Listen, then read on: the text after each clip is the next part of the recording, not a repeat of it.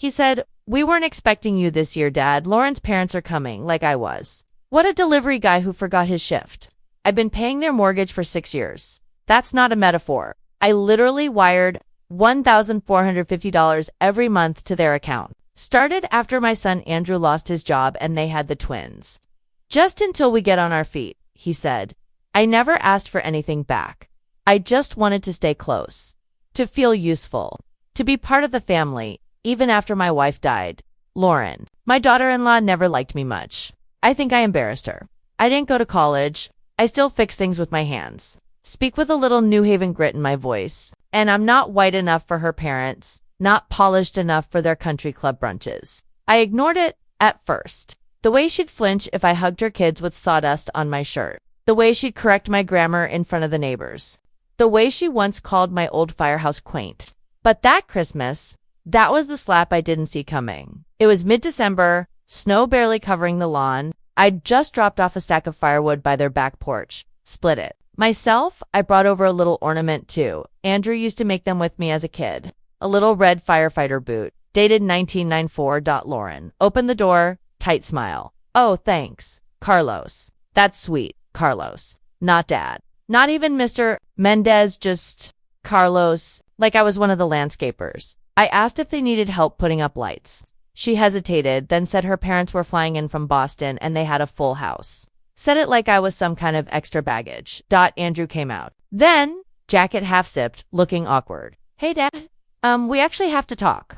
I knew that tone. Same one he used when he totaled my truck at 17. He shuffled closer. "We're doing a small Christmas this year. Real low-key. Lauren's folks are staying, and, it gets crowded. We figured maybe we could just meet up for New Year's." Stared at him.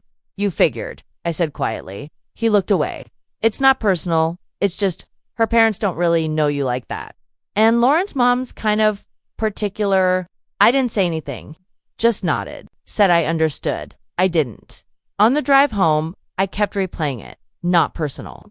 I was the one who bought their damn house when the bank said no. The one who covered the plumbing redo. The broken HVAC. The 3 times they were behind on their property taxes. I paid for the crib their twins slept in. I was always good enough. When something broke or a check bounced, but not good enough to sit at the Christmas table when her parents were there. What would I say that was so embarrassing? Past the mashed potatoes. "Merry Christmas, everyone." Or was it the last name? The accent. I pulled into my driveway, old truck groaning a bit, and sat there in the cold. Engine ticking. Hands on the wheel. My late wife used to say, "They only use your back when they need a bridge." I didn't realize how much I'd become one. Carrying people across and getting walked over in the process. That night, I logged into my bank account, found the line that read, "Recurring transfer, Mendez mortgage support." I hovered over it, paused, clicked, cancel.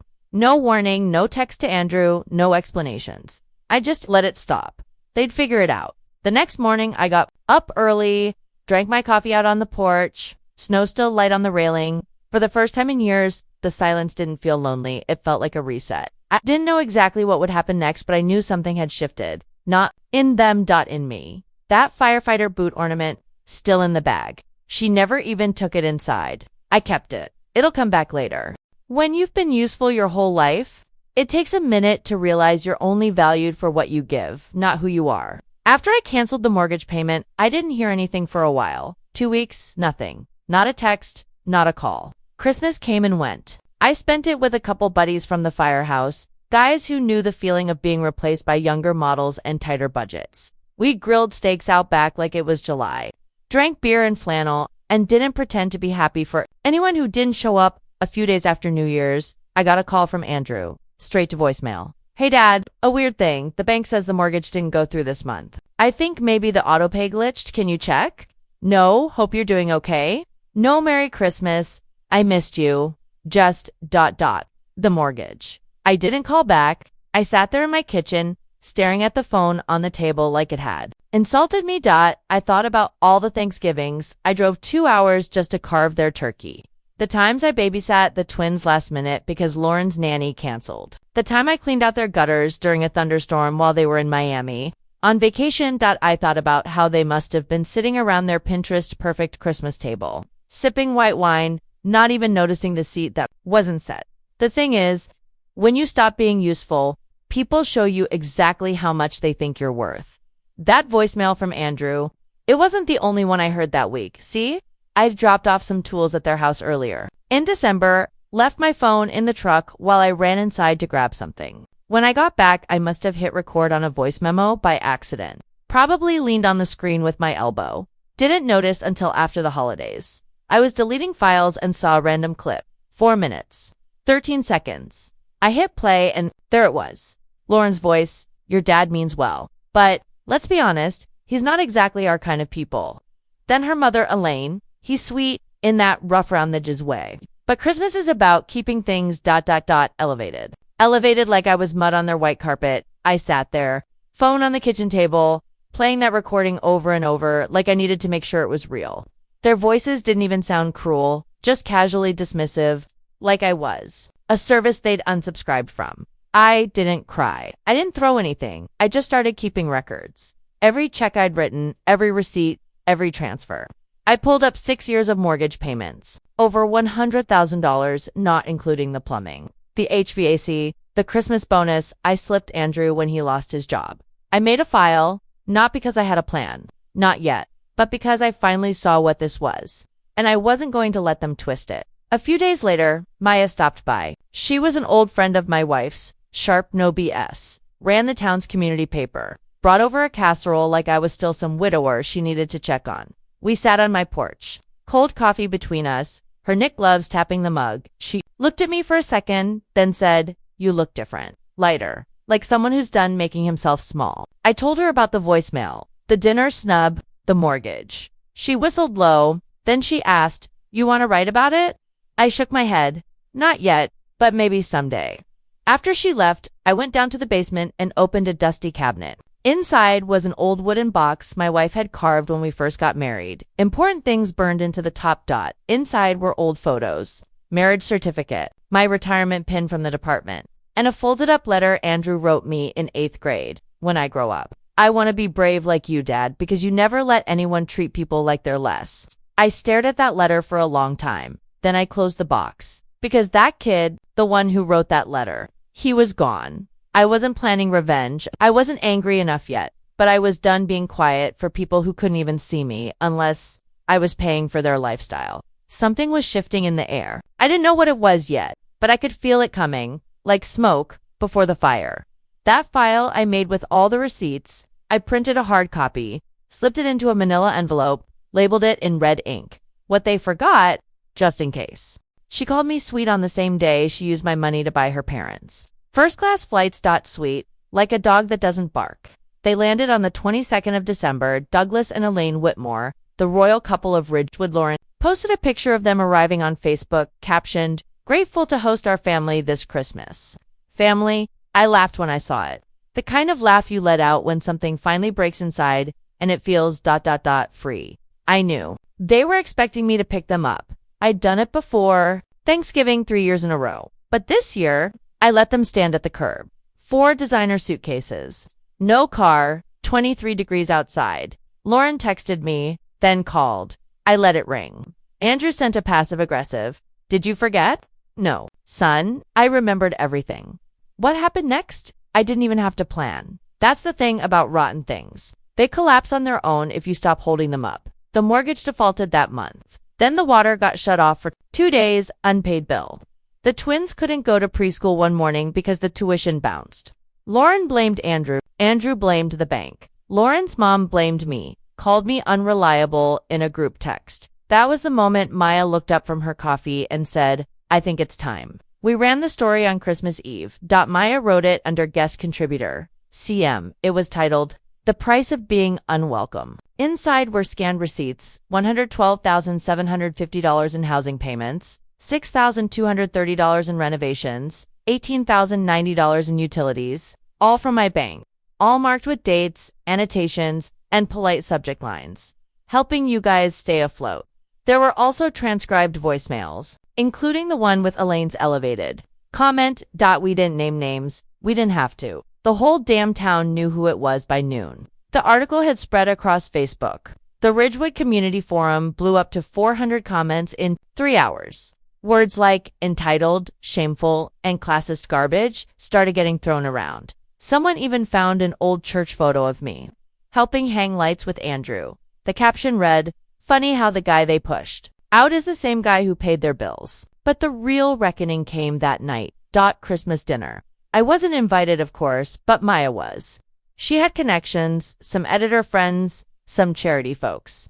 And this year, someone pulled strings to get me on the guest list of an annual Christmas around the world dinner party held at the very country club where Lauren's father sat on the board. White tablecloths, waiters in gloves, a jazz trio in the corner. I walked in wearing a clean gray suit, nothing flashy. Old fire department pin on the lapel. Lauren saw me first. She froze. Fork, mid-air. Andrew stood up, flustered. "Dad, this isn't really a..." Held up my hand. "I'm not here to cause a scene," I said. "Just dropping something off." I placed a manila envelope at the center of their table. Same one from the basement. Label, what they forgot. Elaine squinted at it like it was a bill. Douglas didn't even touch it. He was too busy scanning the room, watching people whisper. Lauren hissed, "What is this supposed to be? Carlos?" I looked at her. Calm, clear. "It's everything I paid for and everything you erased." Then I turned to Andrew. "You told me once I was your hero. You don't treat heroes like hired help." And I walked out. No yelling, no fighting. Just truth, cold and precise. The fallout was immediate. By New Year's Day, Douglas Whitmore had stepped down from the charity board after a misalignment of values. Elaine stopped showing up to her yoga brunches. Lauren deleted all her social media. And Andrew. He showed up at my house 2 days later. No coat, just a hoodie and shame. "You embarrassed us," he said. Quietly. I poured him a cup of coffee. "You erased me first," I said. I just pulled back the curtain. He sat for a long time, didn't speak, finally said, "I didn't know it got that bad." I shrugged. "You didn't want to know." He looked at me, eyes tired. "She's talking about separating," he said. I just nodded. That wasn't my business anymore. He cleared his throat. "Dad, I'm sorry I didn't protect you or my kids." That one landed because the kids, they were never the problem. I didn't forgive him that night, but I didn't hate him either. Hate takes energy. I was done giving them mine. Before he left, he saw the firefighter boot ornament sitting on my shelf. He picked it up. "You kept this," I said. "I keep a lot of things people think I'll forget." They thought silence was weakness, but silence was just me giving them space to bury themselves. After the country club dinner, I didn't hear from Lauren. Not a word, not a text, not a voicemail, not even a fake apology. Just silence. Cold, sharp, satisfying. The kind that says, "We don't forgive you for embarrassing us." But I didn't need their forgiveness. I wasn't asking for it. The fallout rolled in like slow-moving thunder. The Whitmores lost their social footing almost overnight. First, Douglas was quietly transitioned out from the Ridgewood Arts Committee, the same board that once bragged about his legacy contributions. Elaine, she stopped attending her standing brunch at the Millstone Cafe after someone left a copy of The Price of Being Unwelcome folded open on her favorite table. Lauren's friend circle, the ones who used to trade Pinterest boards and vacation. Holmes stopped commenting on her posts. Then she stopped posting altogether. But the biggest fracture, the house. A foreclosure notice was taped to their front door by mid-January. Turns out, without my monthly payments, things unraveled fast. They'd refinanced 3 times to afford that lifestyle. The landscaping, the luxury preschool, the Tesla lease. I didn't smile when I heard about it. I didn't dance, but I didn't feel bad either. That house was never a home for me. It was a stage where I played the grateful outsider for years. Andrew called again, this time not about money. "She's leaving," he said. "Lauren said she's going to stay with her parents for a while. I think it's over." I waited. I could hear the kids in the background, cartoons playing low, the soft thunk of Legos on hardwood. He added, "I don't know what I'm doing, Dad." I didn't say much. Just told him to focus on the twins, keep them steady. They didn't ask for any of this. Then I said something I hadn't said in a long time. "Come over." He brought the kids by that weekend. It was awkward at first. They didn't know how to greet me. I was no longer abuelo, just a man they hadn't seen in a while. But kids are quick. They saw the photo of their dad on my mantle, the one from his high school graduation, and something softened. I made grilled cheese. We watched old home videos. They laughed when they saw baby Andrew with braces and a bowl cut. For a moment, it felt like family again. Not perfect, but real. Later that night, after the kids had fallen asleep on the couch, Andrew and I sat outside on the porch. Just the two of us. No defenses. He lit a cigarette, something he hadn't done since college, and said, "You really stopped loving her, didn't you?" I didn't answer. He nodded anyway, like he already knew. "She didn't see you," he said. "Not the way I used to." I looked at him. "You stopped seeing me too, son." He didn't argue, just nodded. He stayed until midnight. Before he left, I gave him a folder. "These are the last mortgage statements. Not because I want anything from you, just so you understand how deep in I was."